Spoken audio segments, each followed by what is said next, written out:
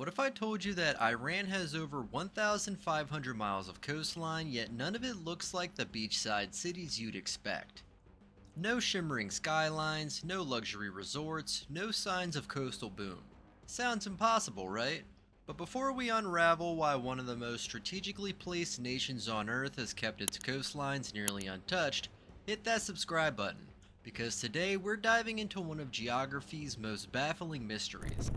To understand why Iran's coastline remains so barren, so curiously underdeveloped despite spanning over 1,500 miles and touching two major bodies of water, we have to stop looking at the land as just geography. In Iran, the land doesn't wait to be shaped. It shapes you.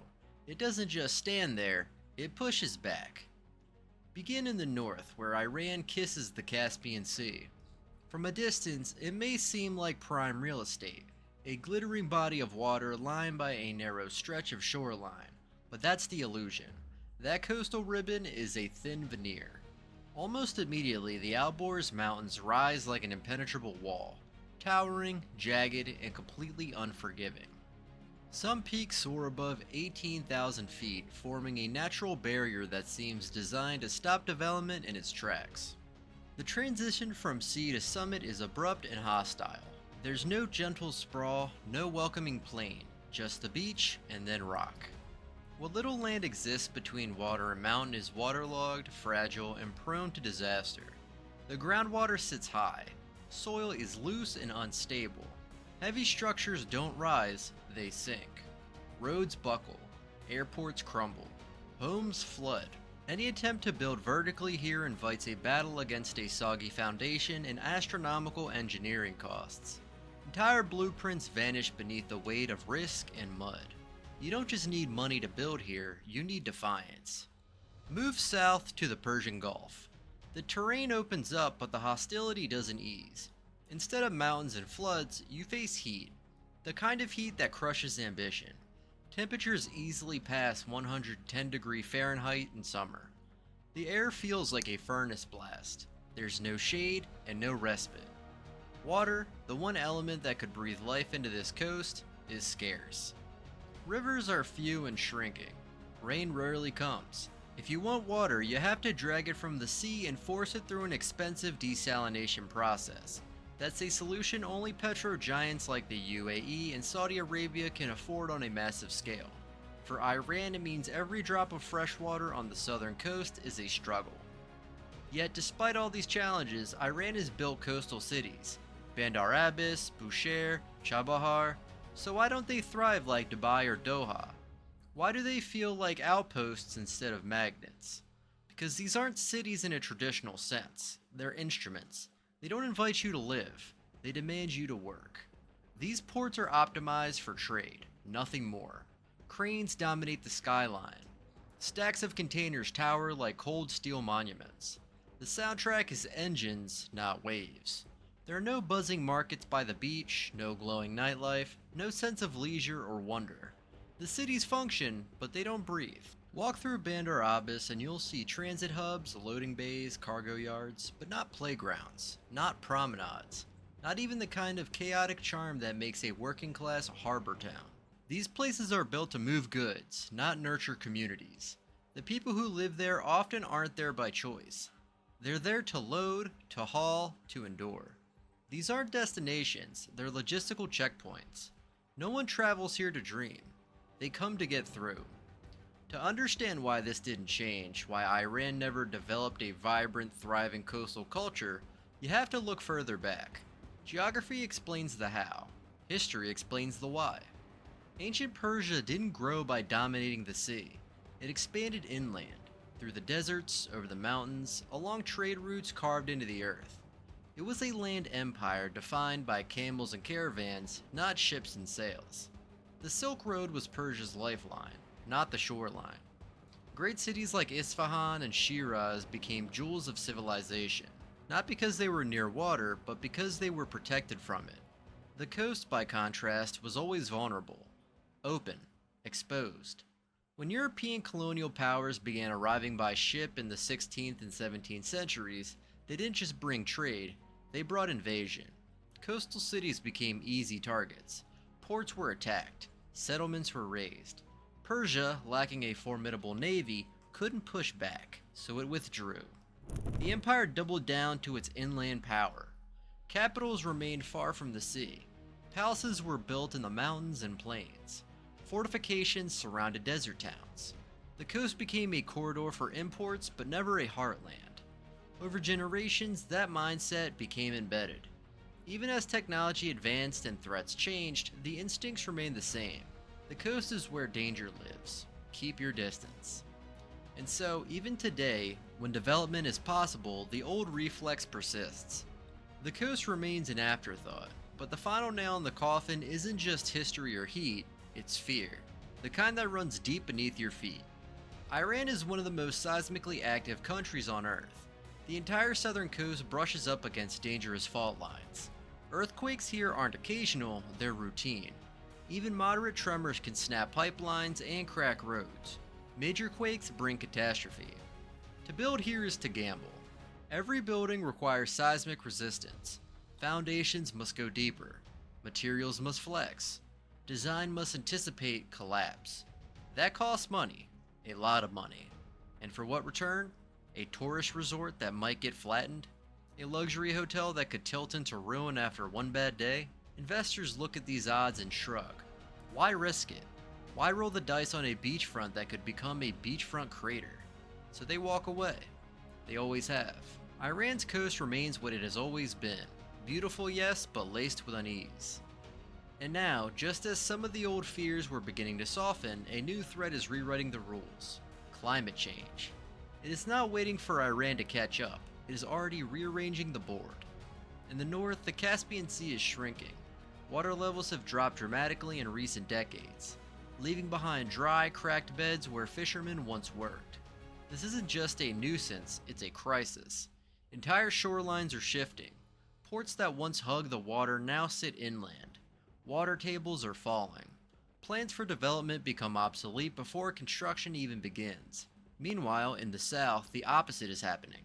Rising sea levels threaten to submerge the very coastlines that once seemed too dry to use. Saltwater intrusion contaminates aquifers. Roads flood more frequently. Flash storms destroy what little progress has been made. And as temperatures continue to rise, living near the water becomes even more unbearable. The heat lasts longer. The droughts bite harder.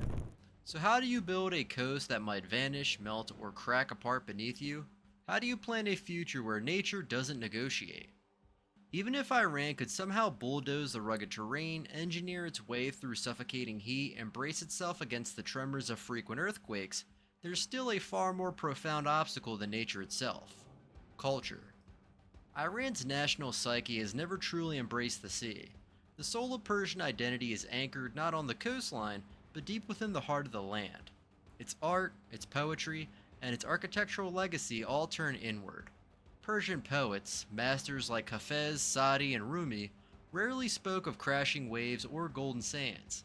Instead, they revered lush gardens, pomegranate blossoms, singing nightingales, and the cool serenity of shaded courtyards. The Iranian idea of beauty has always been cloistered, curated, and enclosed, not wild and windswept like the ocean. That inward gaze is visible in the very structures Iranians build. Traditional Persian homes hide their elegance behind high walls. You won't find beachfront patios or glassy sea-facing condos here. Instead, you'll find quiet courtyards wrapped around gentle fountains. Architecture doesn't celebrate the horizon, it shields life from it. Even the great cities tell the story.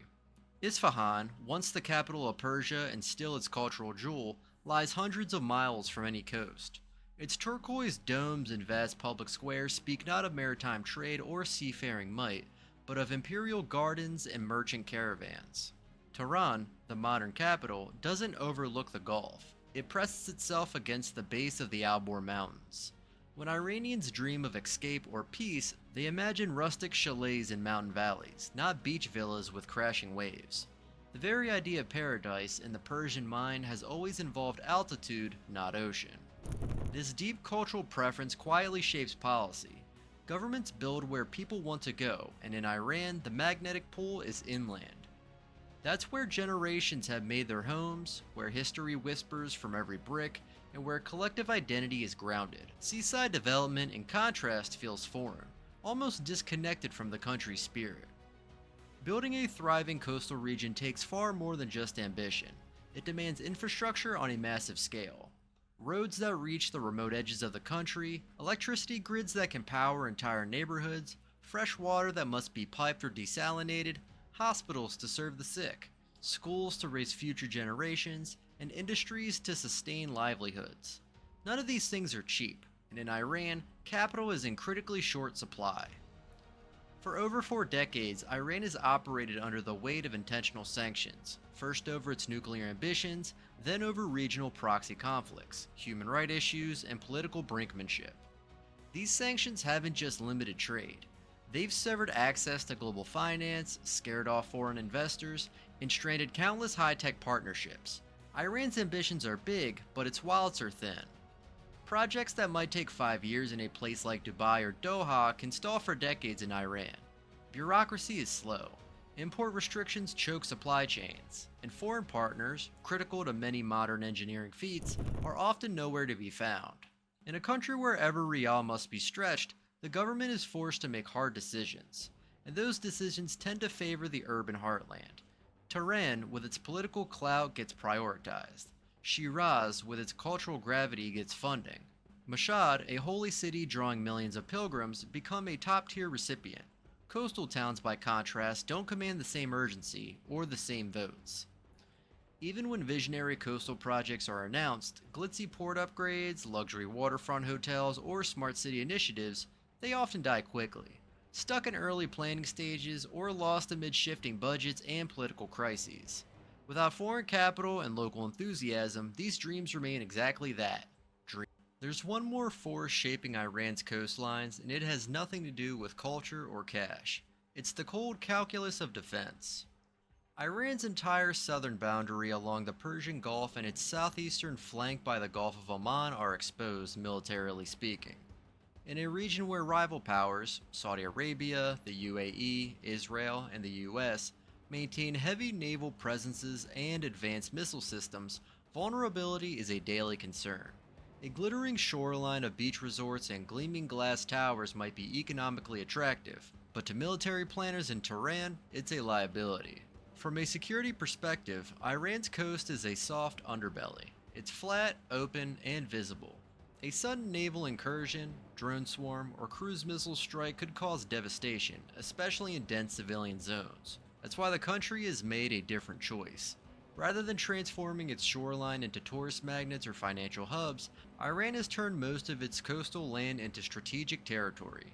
Naval bases, radar installations, air defense systems, and military outposts line key stretches of the Gulf. The Strait of Hormuz, the world's most vital oil choke point, is not flanked by cafes and sailboats, but by fortified bunkers and missile launchers.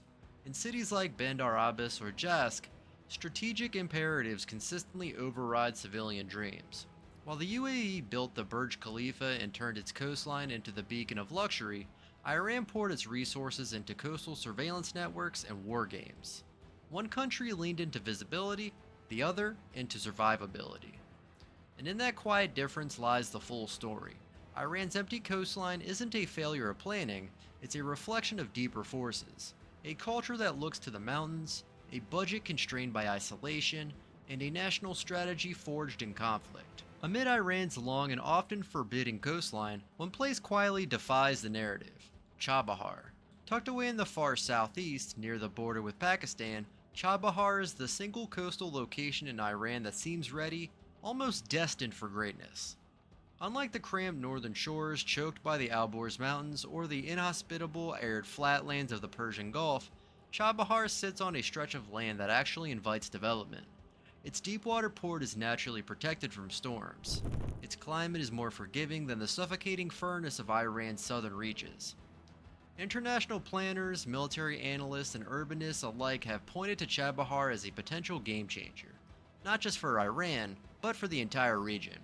India in particular has taken a strong interest, seeking to bypass Pakistan and build economic corridors through Chabahar into Afghanistan and Central Asia. The geopolitical stakes are high. The potential? Enormous. In theory, Chabahar could become Iran's version of Dubai, a thriving free trade hub, a glittering port city, a symbol of what Iran could become if it leaned into the sea instead of turning away from it. And yet, for all that promise, progress has stalled. The dream of Chabahar remains suspended between paper plans and dusty reality. Development has been hampered by thick layers of bureaucracy, permits delayed, investment approvals frozen, and endless administrative loops that kill momentum before shovels ever hit the ground. Sanctions have choked off outside the capital. Iran's own internal politics have added uncertainty, and the logistical nightmares, lack of infrastructure, poor regional connectivity, and even occasional security threats have kept foreign investors at arm's length. Chabahar is not a failure, but it isn't a triumph either. It's a prototype, paused mid-construction, a glimpse into what Iran could build if only it truly tried. A spark that flickers on the horizon, yet never quite turns into a flame. So why does Iran, with over 1,500 miles of coastline, still look inward? Why do its beaches sit quiet while its neighbors roar with life? The answer doesn't lie in a single moment or decision. It's a mosaic of challenges layered on top of one another. The unforgiving geography in the north, where the Alborz Mountains squeeze out all the room for urban growth. The searing temperatures of the south that melt more than just asphalt, they melt ambition. The earthquakes which turn every blueprint into a gamble. The sanctions which drain resources and stifle outside partnerships. The internal political divisions that delay development again and again. The cultural inwardness, where Persian pride is rooted in mountains, gardens, poetry, not beaches, ports, or seaside luxury. Iran is not uniquely cursed. Other nations face just as much, sometimes more, and chose to build anyway. They didn't wait for permission from nature. They defied it. They didn't wait for perfect partnerships. They created incentives. They didn't let the past define the future. They dared to change it. Now, a new chapter may be stirring. Iran's government has begun drafting new coastal development initiatives. Plans to develop tourism corridors, build seaside resorts, and open access roads to long-ignored regions are quietly gaining traction. It's still early, and the machinery of progress moves slowly in a country encumbered by red tape, geopolitical suspicion, and economic uncertainty. But the shift is real. The coast is no longer invisible on planners' maps. Still, time is running out. The region is evolving fast. Every year that Iran delays, another opportunity disappears across the Gulf. The global economy won't wait. Tourists won't wait. Investors won't wait. The window of transformation is closing. So the real question isn't can Iran develop its coast? The real question, the only one that matters, is will it? Will it cut through the resistance? Will it rewrite the story of Chabahar? Will it turn its silent shoreline into a symbol of rebirth? Share your thoughts in the comments. Thank you for watching this video with us, and catch you in the next one.